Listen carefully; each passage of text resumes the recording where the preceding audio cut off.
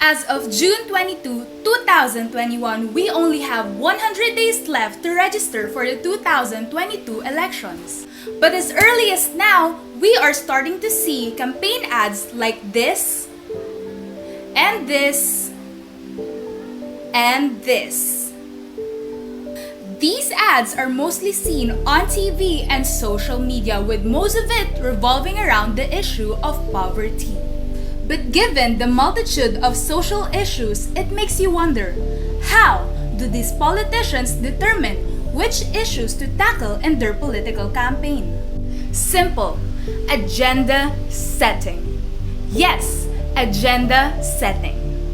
Agenda setting theory was developed by Maxwell McCombs and Donald Shaw in 1972, basing on the 1968 American presidential elections, wherein they observed a strong correlation between the news and media coverage and the voters' opinions in Chapel Hill, North Carolina.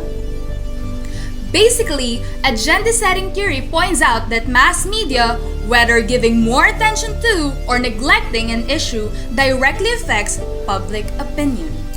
You see, there is this reality which through the selection of news journalists produces media reality, and that affects the public perception. To attach a certain candidate to a perennial problem of society has become a common strategy in convincing voters that an issue is important, and that the associated candidate or party is the most competent to deal with that perennial problem.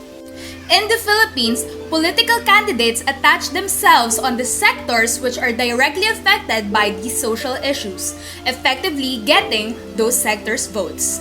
Given the range of issues, those which are given more attention cultivates familiarity, therefore are perceived as more important than those which are given less. Audience learn matter through media and just how much importance must be attached to them depending on how much importance the media puts on it. Take for example, the royal wedding between Prince William and Kate Middleton in 2011, a true-to-life love story between a commoner and a prince. How can the media convince you that a wedding is so important that it deserves much attention and that it needs to be televised all around the world, when in fact, a similar story also happened in Spain between King Felipe VI and journalist turned Queen Letizia back in 2004.